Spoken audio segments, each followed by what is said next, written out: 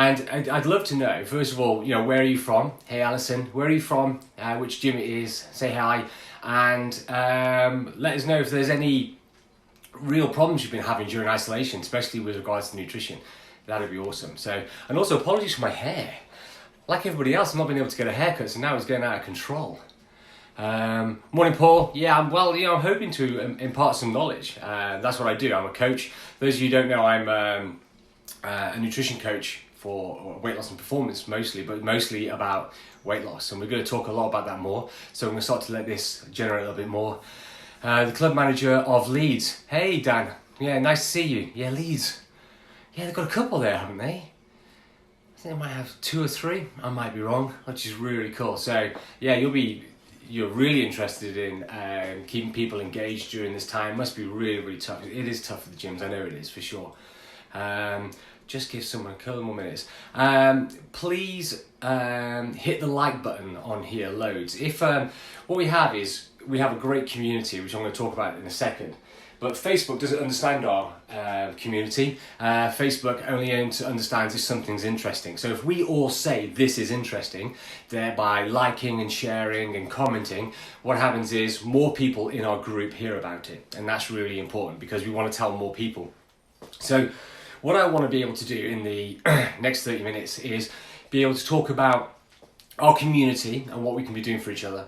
I want to try and impart some nutrition gems on us for this period to make sure that we're still achieving our goals and answer as many questions as I can, which is the whole point of the service, if you like.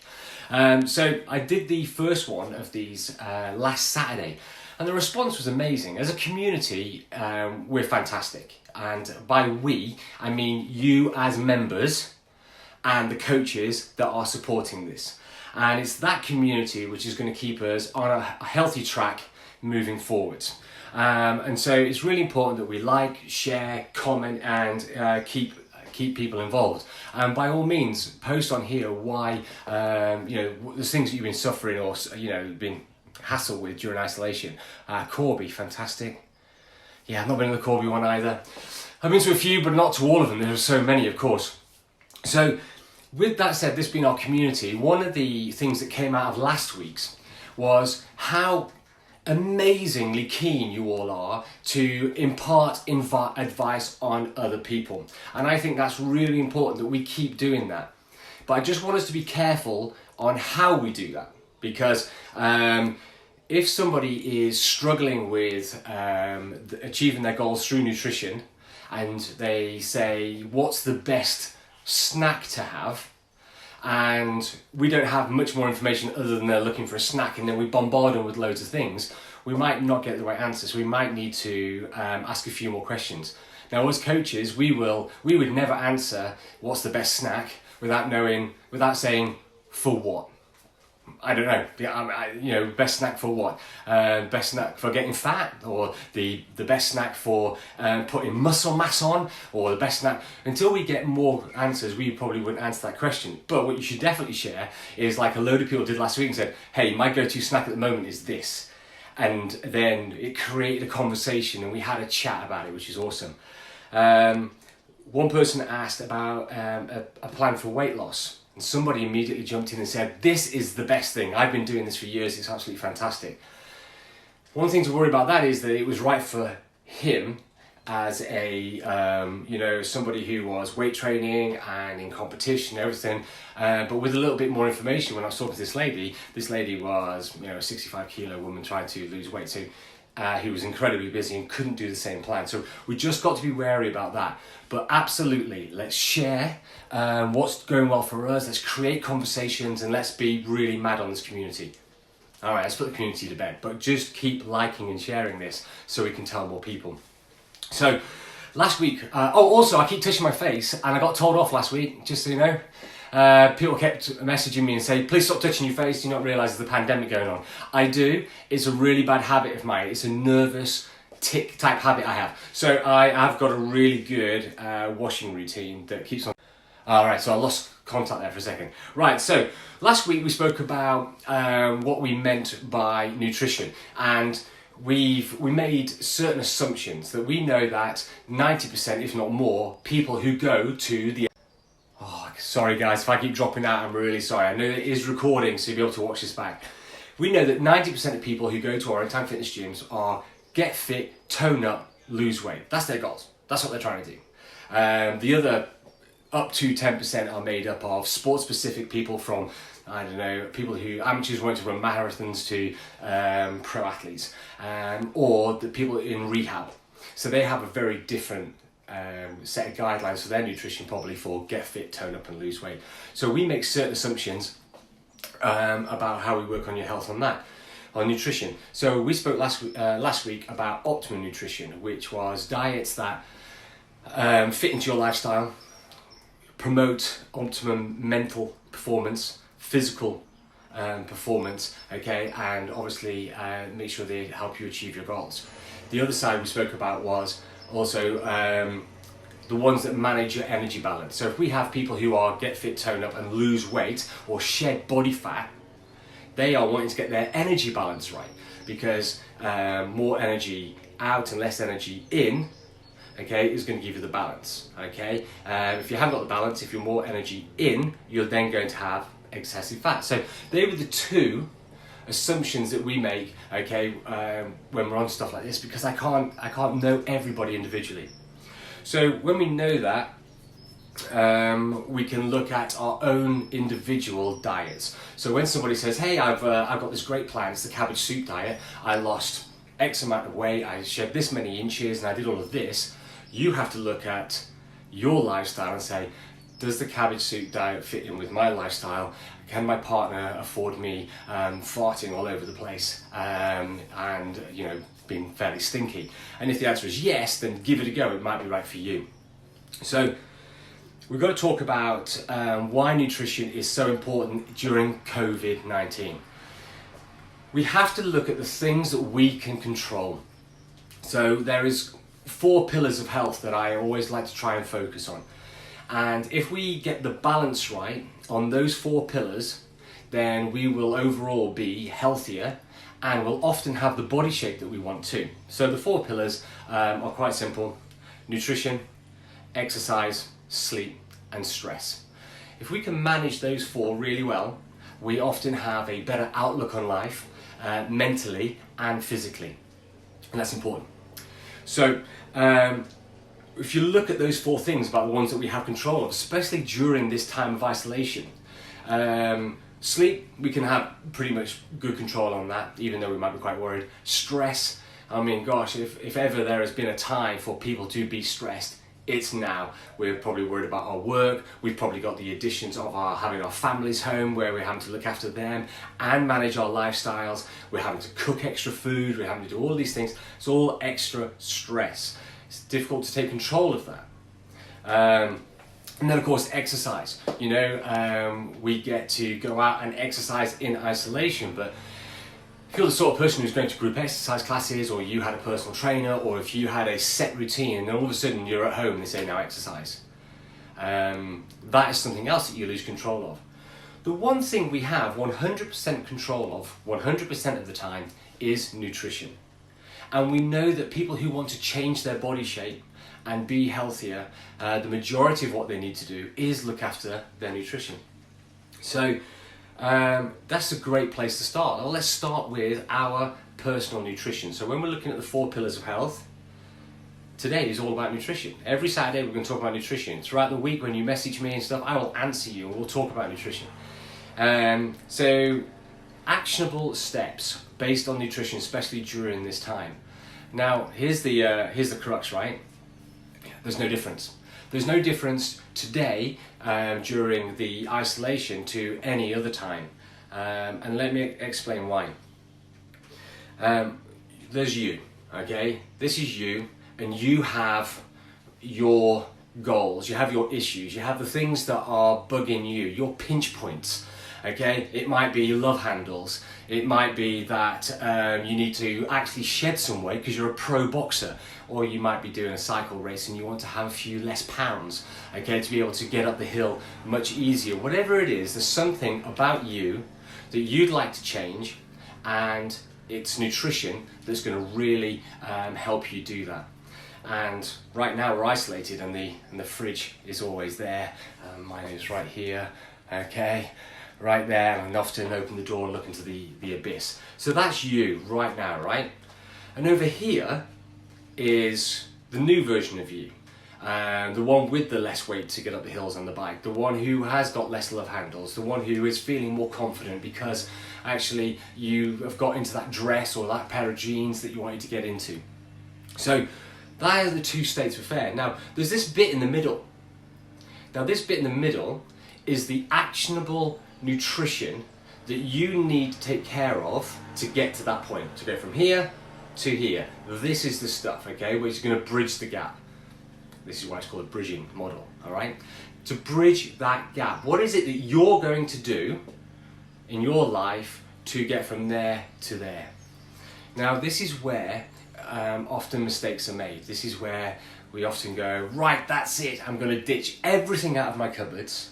I'm going to buy an entire nutrition plan from somebody, okay, who's told me that this is the way I'm going to live my life. And you turn your life upside down. Then it lasts a few weeks, and then you fail. So how many people have done that?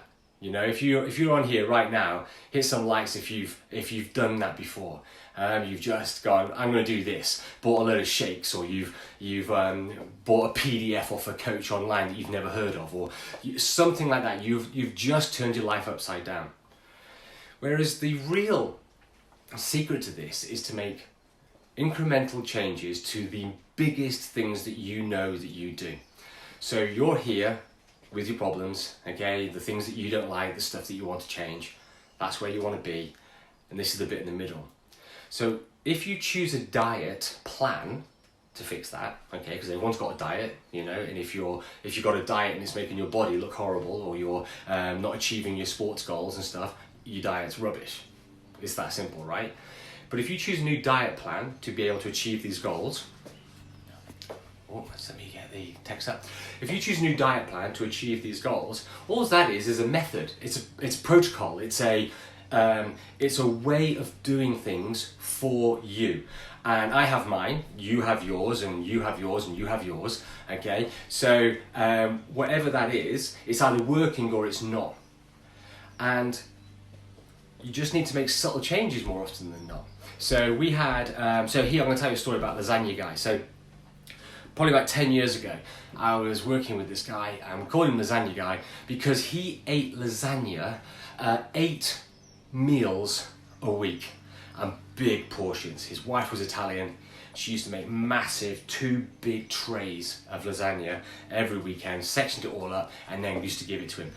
And I worked out with him that in lasagna alone, he was eating a day and a half worth of calories more a week. So he was eating 8.5 days of calories in a 7-day period.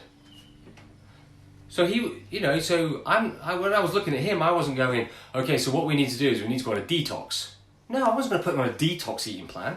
I wasn't going to just completely change his diet. The guy who loved lasagna, so I certainly wasn't going to change lasagna. I wasn't going to go, no more lasagna for you, because that would turn his life upside down. It was too much, right?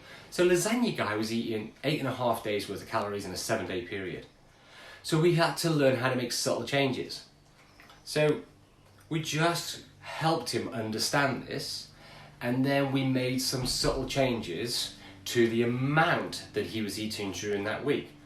And the first step was not to go, let's give you 6 days worth of food in a 7-day period. The jump would have been too great. So actually we just wanted to stop him putting weight on. So we just got him down to 7 days worth of calories in a 7-day period. That simple. And we did that by making adjustments to his portion sizes, but still kept him having lasagna. And we started to sneak in a few healthier versions of lasagna. So we started taking maybe a couple of layers out on his lasagna, because I think he had like 5-layer lasagna. It's crazy. So we made 3-layer lasagnas. So we reduced the calories in his food. So that was great. Made those sort of changes. And that, he stopped putting weight on, and that motivated him, which was brilliant. And instead of eating lasagna 8 times, he went down to 6 times, which then put him in a calorie deficit. He was managing his energy balance. He worked really hard. He was always busy, always moving around, really, really mobile. So we got him down to eating 6.5 days worth of calories in a 7-day period. And over a period of time, he started to lose weight. And over a year, he lost half a pound consistently every week for a year. That's a lot of weight in a year, and he became a smaller person. Did we buy an off-the-shelf diet for him? No, we didn't. We just made those subtle adjustments. So for this guy who was here, who was putting weight on, everyone was worried about him, to where he wanted to be, all we did was made some subtle adjustments to the diet plan he had. So, actionable nutrition for isolation just means right now, have a look at what are you doing differently. That if you think that actually you've made changes which are now having an adverse effect to your health and your body shape, have a look at what they are and make the subtle changes. So an example of something this week recently, so an Anytime Fitness member contacted me and said, well, I'm now at home all day, I have access to the fridge, I'm always looking in the fridge for inspiration. I'm not even hungry, I don't think, I just opened the fridge and I'm now looking for something, okay? And binges during the evening. So this person now has to go, well, actually, what do I need to do? Am I actually hungry, or actually do I just need to be occupied? So in this middle bit here, we just said, well, what can you have? Make a plan. So if you have a plan that you're going to stick to, then that's your motivation. You don't open the fridge now so much. She's not going to open the fridge. She's already told me she's not opening the fridge because she knows actually she's going to eat that, then she's going to eat that, then she's going to eat that, and then in the evenings when she binges, because we know she's a binger, all right, she has her food then. So she's created a eating plan for her. So she's still the foods that she would normally eat. She's worked out that's going to be within her calorie balance to make sure she's not going to get any bigger, because that was her fear. And so she knows, I'm going to have that now, I'm going to have that now, I'm going to have that now. And we are measuring her goals. So tomorrow, I know that she's going to message me and tell me if there's been any changes in her measurements. And she'll make other subtle adjustments if there are no changes. So, recapping. This is where you are, and you want to be here, okay? And so this in the middle is your nutrition that you have 100% control of. First thing we should do is have a look at those things. Where can we make subtle changes which are going to have a big impact? Okay? I promise you, nobody needs to detox. Okay? No one needs to detox. Don't even get me started. That's a soapbox one there straight away. So, diets are just protocols. They are just something that you put in place to manage your eating habits, okay? And that's how we get there. So our actions during this time is to have a look at our eating habits right now and make those subtle changes that we need to make to eat better. So hopefully that makes sense. So have you got any questions? Any questions right now? Because I know that I went quite quickly through that. I went on 20 minutes.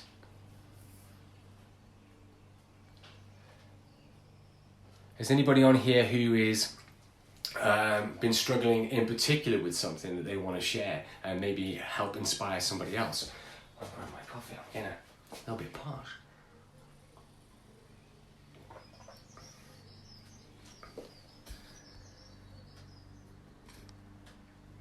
Okay, I'm baking more because I'm bored, therefore eating more. Yeah, that's right. Yeah, no, I get that. You can't buy yeast. Can't get yeast anywhere. It's an absolute nightmare. So if anyone knows who's got all the yeast, let me know, because we like to bake in this house as well. So you're right, Alison. Baking is great because you get to make the food yourself, you get to have an experience. If you've got kids, you can share it with your kids. But then you end up with loads of baked products, right? Which are also really, really nice and then make you want to eat that. So looking in the mirror, Alison, so I'm not saying this is you, but you asked the question. If you now have a side full of baked products, I don't know if you can see behind me here, I've got a baking tin just over there behind the coffee. that's always full of cookies and things like that we've made in this house because it's treat food. I still now have to look at myself and say, well, when can I have that? Me personally, I'm an evening binger. In the evening, Netflix, just trying to relax. I will then want something to nibble on. Now, because I know that, I have to be disciplined enough during the day to be able to do that. So I manage my calorie intake. Because I'm sad like that. Actually, that's not true. It's not because I'm sad like that. It's because I'm controlled like that. If you don't if you don't measure something, you can't manage it. So I measure my calorie intake, and then I'm able to manage my body fat, which means then I can get up hills better on bikes. I do endurance stuff. So Alison, have that product, enjoy making it and everything, but then try and have the control where you say, well, I can't have that till this point, or if I've had that, I can't have it at this point. At some point, we have to take a little bit of responsibility for ourselves. No one is forcing your hand in that tin, but if you want to do it, get it done. Get your hand in that tin, but manage it. Make sure that you can then afford the calories to have that if you're trying to keep your weight down. And also, if you're trying to eat a healthy, balanced diet, and you've eaten nothing healthy all day, maybe you load up on a load of healthy stuff first. Balance that out, for sure. Hopefully that's helped. I'm making a chocolate chili fudge cake today. I've never made one before. I've eaten it plenty, but I'm going to make it today because as well as my roles as a coach, I'm also in marketing, and we do animation and filming, and so I'm going to be filming that. So if you guys follow the events guy on Twitter, you'll see it go out, and then maybe you'll have a recipe idea that you can try. Anyway, digress. Send me some yeast too. Yeah, please. Been trying since lockdown. Who's got all the yeast? I mean, this is going crazy. You know, it's financially, it's much more expensive to make bread than it is to buy bread. So if anybody's hoarding all the yeast, okay, because they're worried that we're going to run out of bread from the manufacturers, okay, we're not, because they've got stacks of it. Okay? So yeah, release the yeast. That's what we want to say, so we can all have some fun and do some baking. So hopefully that's answered your question, Alison, about baking. Any other questions? Because I know that we have got some time left, and I want to make sure that we've got it in there. Because if not, I'm just going to keep banging on about Optimum Nutrition, which is the be-all and end-all of everything that is good about health and body shape. And I can talk your ears off. Okay, cool. So in that case then, if there are no more questions, okay, we're going to start to wrap this up.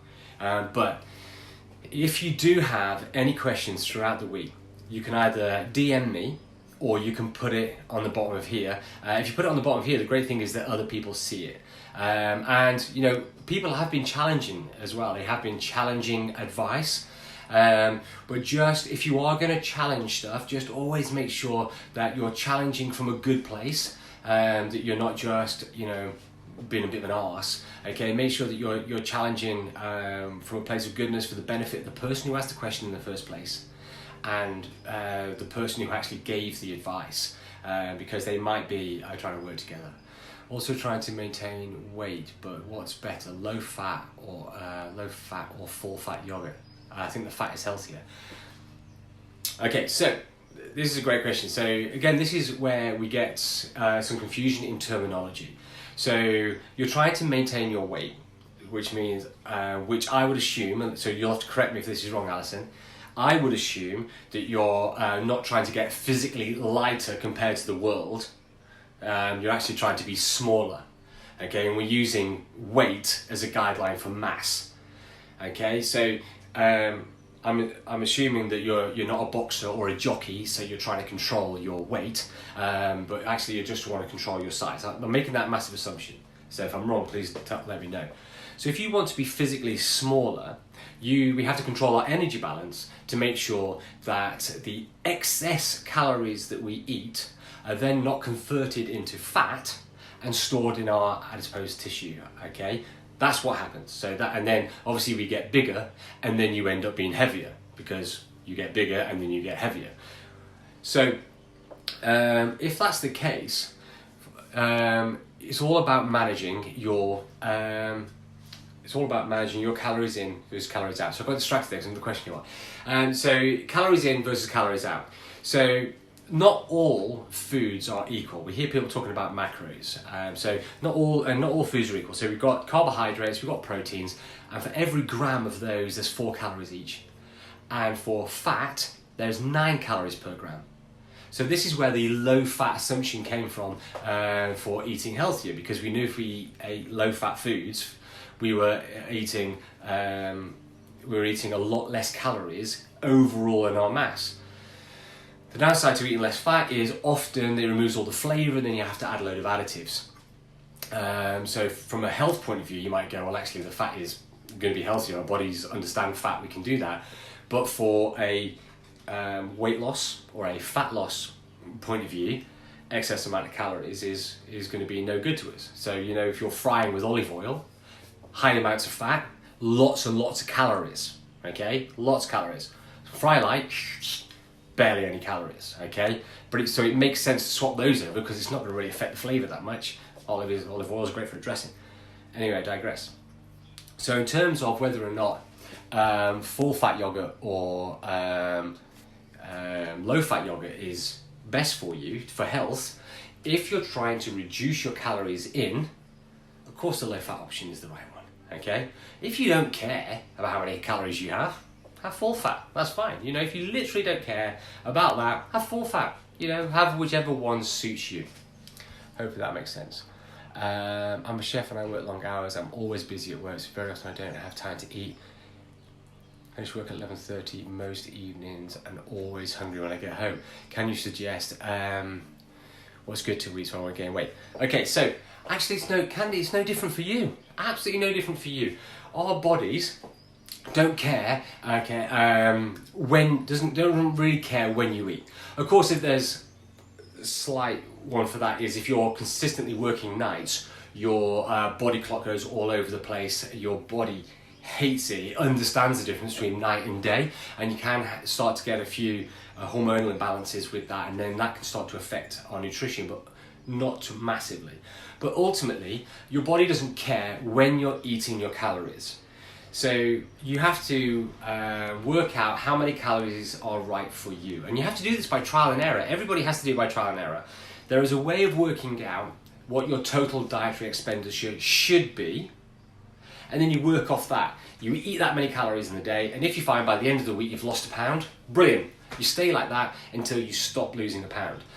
If you find that you're losing 3 pounds, whoa, give yourself some calories back. Okay, eat more calories. And if you find that you're not losing anything, you might be putting on still, drop some calories off again. True trial and error. You have to work that out because everybody's body is different, right? So once you've worked out yours, Candy, and your body will work on a 7 to 10 day period like everyone else, okay? You work out how many calories you need for the whole week, and then you eat that many calories. So if you've only eaten 800 calories during the day because you've been running around, you've been going mental, then you end up going to work, okay? And then you end up working throughout the day. Have a rough guesstimation, probably from the food that you've been tasting, on how many calories you might have been eating. You're going to have to suck it up and do some guesswork. And then at the end of the day, have your meal. It's 11:30 at night, you're probably starving. Work out the calories for that over the day, and then you do that every day, and if it's less than what you need over that period, you're going to end up shedding body fat. It doesn't matter that you're eating late at night, okay? Even though there's that old adage, I'm going to go to sleep on it, I'm not going to work it off. You're going to work it off over that 10-day period, okay? That's how it works. You eat calories, and if you eat just enough calories, your body will use it for energy. If you eat too many calories, okay, your body will use what it needs for energy and store the rest as fat. And then guess, it's the other way around. If you eat too fewer calories, your body, okay, you will then start to slow right down. You'll have lots of less energy. And then your body will start to eat your own muscle, okay, to provide it with energy. It doesn't burn more fat, it'll eat more muscle. But that's a story for another day. So hopefully that makes sense, Candy. If it has, just give me a little thumbs up just to let me know that that has made sense, or ask me to rephrase it in a different way. So that's been fantastic. Okay, so we're at 9:30. So I will stay on if there is another question. But if not, share this post. Okay, let's get more people coming into this. Let's get more people involved in our community, and really all start supporting each other, or continue supporting each other, because that's what this is all about. You know, when all of the coaches on here, all the Anytime Fitness coaches, myself who was asked to come back, we do this out of the goodness of our hearts. We do this because we genuinely care about all of our members and everybody out there, making sure that they're getting the best out of it. And so when I get up and do this on 9 o'clock on a Saturday morning, it's because I care and I want to get the most out of you. So ask questions below if you've forgotten anything that you need to ask, or DM me, and then we can I can answer the questions straight, like I have done everybody else. Last week was brilliant. I managed to answer every question, and I think we got mostly satisfied people. A couple of grumpy people who, when they were told, actually, you've just got to eat less. At this point, we have now run out of excuses. You're just overeating, okay? But we gave them ideas on how to manage that. We didn't just go, suck it up. All right, so great work, guys. Thank you so much. I've really enjoyed it, and if I don't speak to you before, I will speak to you next Saturday. Keep an eye out for the themes as they come in. Cheers.